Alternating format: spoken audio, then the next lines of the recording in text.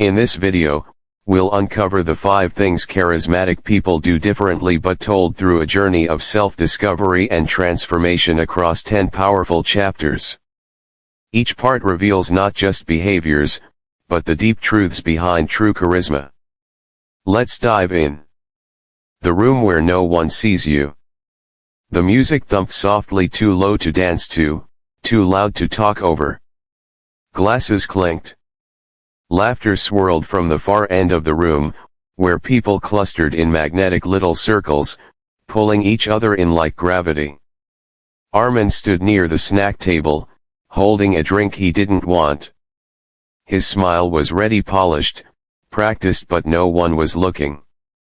He made a few attempts, a compliment here, a witty comment there. One guy nodded, distracted. A woman glanced past him like she was searching for someone better to talk to. Probably was. The air smelled faintly of perfume and catered chicken. Under the buzz of conversation was something else, the heavy silence of being ignored. "You're just not trying hard enough," he told himself. "Be funnier. Be more confident. Say something clever." He adjusted his posture, faked a chuckle at a nearby joke, and inserted himself into a group with a warm, "Hey, I'm Arman." They looked at him, smiled, said hi, then turned back to each other like a commercial had interrupted their show. He was there, but not there. Invisible. Not in a tragic, movie-worthy way. In the kind of way that makes you question if your existence feels like background noise to the world. And just then, a slow, steady voice cuts in, not from the room, but from somewhere deeper. "What if charisma isn't what you think it is?" The camera lingers on Arman's face as his fake smile fades just slightly. Not into sadness but confusion. Not despair but a quiet, unfamiliar question. Then what is it?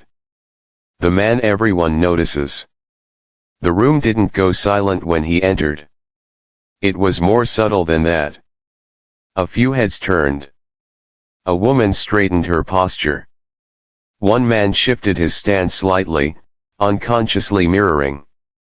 Laughter quieted, not because of fear or awe but like people were tuning in, instinctively sensing presence.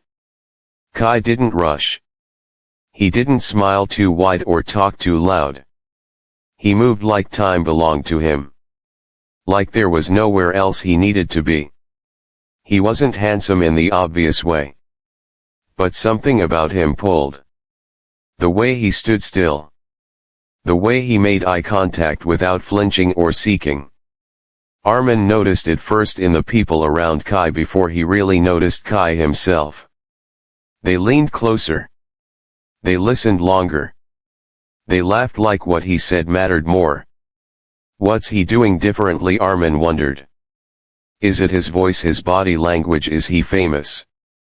Jealousy prickled, warm, bitter, humiliating. Not because Kai was charismatic, but because Arman had tried so hard to be seen. And this man was doing it by simply being. Arman watched, almost in disbelief. Kai didn't say anything clever. No flashy jokes. No compliments or tricks, but still he owned the room. Who is this guy? And how do I become like him? There was something off about it too. Not in a bad way, just unfamiliar. Like Kai knew something the rest of them had forgotten. Like he wasn't performing at all. Arman had spent years trying to master charisma. But this man, he embodied it. And something inside Arman shifted, not just envy now, but hunger. For whatever that was. The first rule, silence that speaks. The room hummed with half-finished conversations and nervous laughter. Arman, desperate to hold attention, threw out joke after joke, quick, sharp, sometimes too loud. His voice cracked. His smile twitched. Each punchline landed with less weight than the last, like echoes fading in a hollow cave. Across the room, Kai sat calmly, leaning back in his chair, eyes steady but soft. He said nothing. Not because he didn't want to join, but because he didn't need to. The pauses between his words stretched like velvet, rich and inviting. People leaned in, drawn by the power of what wasn't said. Arman's chest tightened. His own words felt clumsy, cluttered, a desperate attempt to fill the void, to drown out the silence he feared. "Stop talking. Just stop," a voice whispered inside him. "But then what will they think?" Kai smiled gently, his silence speaking louder than Arman's words ever could. It wasn't emptiness, it was presence. Confidence. Invitation. The crowd shifted, leaning towards Kai, as if the space he carved with stillness was more valuable than any noise. At that moment, Arman saw it clearly: charisma begins when you stop trying to fill the silence. Not by drowning it out with words, but by owning it. The second rule: unshakable self-trust. The room shifted when someone threw a careless insult Kai's way, sharp words meant to cut, to test. A cold silence rippled like a warning. Arman braced himself, expecting a reaction, an angry glare, a defensive word, maybe a sharp retort. But Kai remained unmoved. His eyes flickered only briefly, then softened, almost distant, like a rock weathering relentless waves. The attacker, confused by the lack of response, fumbled for another barb. Kai's calm was a shield no one could pierce. Arman's mind exploded with memories, countless times he'd crumbled under far gentler criticism. The whispers behind his back, the awkward silences after a misstep, the endless mental replays of every perceived failure. "Don't flinch," Kai seemed to say without words. "They can laugh, mock, or dismiss. But if you don't flinch, you win." Flashes of his younger self surfaced, the trembling hands during presentations, the frantic seeking of approval, the nights spent rewriting conversations that had gone wrong. Here was Kai, embodying a fortress of self-trust that Arman could barely imagine. And suddenly, the old truth shattered: charisma isn't charm or tricks, it's the unshakable confidence that no insult can touch. A calm power that flows from within, beyond applause or judgment. The third rule: presence that feels like intimacy. In the corner of the room, Kai leaned slightly forward, his eyes locked gently on the woman speaking. She was trembling, voice barely above a whisper, tears threatening to spill. But Kai said nothing, not because he had no words, but because he understood the power of being present. He listened like she was the only person in the world. Not waiting for his turn to talk, not planning his response. Just there. Fully. Arman watched, fascinated. The woman's shoulders relaxed. Her eyes shone with something raw and real: hope, maybe, or relief. A soft smile broke through her tears. He realized something fundamental: charisma wasn't about dazzling an audience or impressing a crowd. It was about making someone feel seen. It's not about being interesting, Arman thought, it's about making others feel important. Kai's presence wasn't loud or flashy, but it was magnetic, a warm light that pulled people in, inviting them to share their truths without fear. For the first time, Arman understood, true charisma was an act of deep empathy. And in that quiet intimacy, Kai held a power Arman had been chasing all along. The fourth rule: the weight of fewer words. Kai's voice was quiet, but every word landed like a pebble dropped into still water, ripples spreading far beyond the moment. He told a story, not in paragraphs or lengthy explanations, but in a single, sharp sentence. The room fell silent, hanging on to those few words like a poem whispered just for them. Arman remembered himself, speaking in a rush, stumbling over too many details, trying desperately to fill every pause. His sentences tangled. His thoughts scattered. The more he talked, the more his message blurred and faded into the noise. The more you say, the more you dilute your truth, Kai's silence seemed to say. Arman's throat tightened as he realized how often he had lost himself in the clutter of his own words, afraid that silence would betray his lack of confidence. Kai's brevity was not emptiness, it was a distillation of truth. It was the weight of meaning carried on a single breath. In that moment, Arman glimpsed a new kind of power, the courage to speak less, and mean more. The fifth rule, the energy of already belonging. Kai walked into the room like it was his home.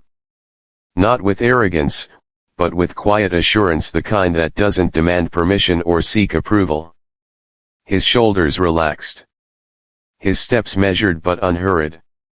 His eyes scanned the space with calm familiarity, as if every chair, every face, every whispered conversation was part of a grand tapestry he belonged to by default.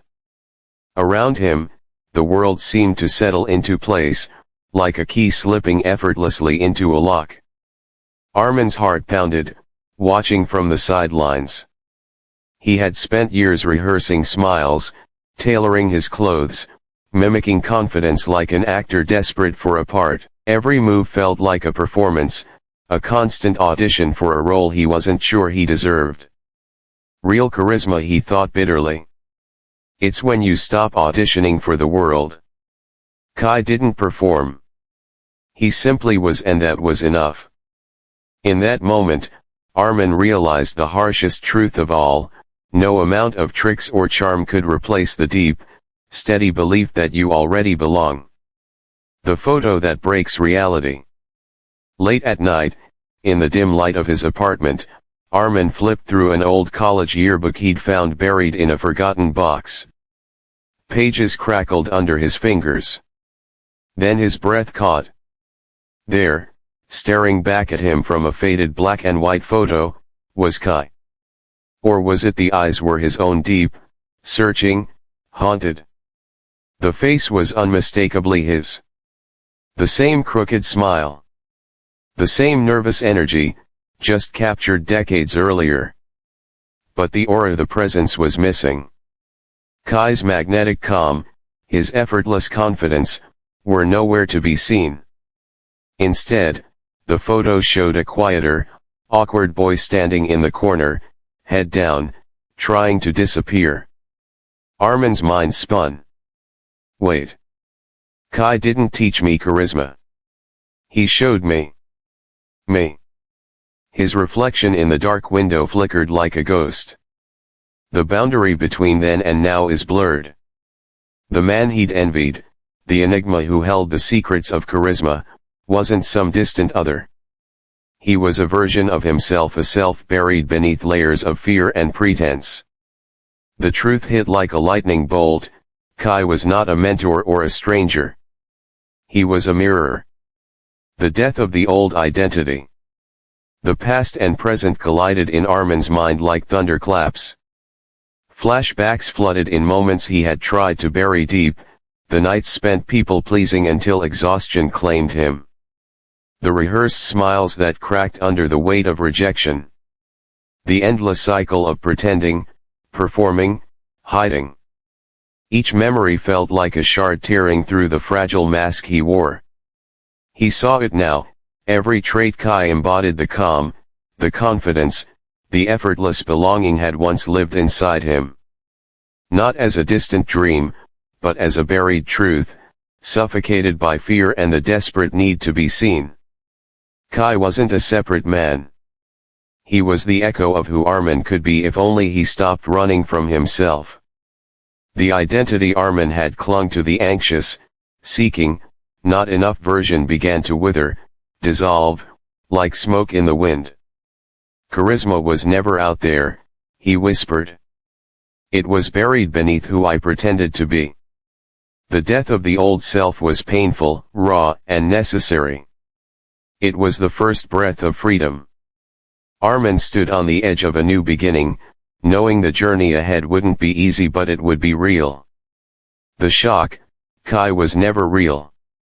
Arman stepped into a new room, a place buzzing with life, but this time, he didn't perform. There was no rehearsed smile, no carefully crafted charm. He simply was. His shoulders relaxed, his breath even. He no longer chased attention, he didn't need it. Slowly, the faces around him began to turn. Eyes that once glossed over him now held curiosity. Conversations that once slipped away now paused in his presence. People noticed. Not because Arman had become someone else, but because he had stopped trying to be noticed. In a quiet moment, he caught his reflection in a mirror. Kai's face shimmered, then faded like a shadow dissolving at dawn. All that remained was Arman, whole, raw, and magnetic in a way no act could replicate. The final truth settled deep inside him: charisma isn't about being noticed. It's what happens when you stop needing to be.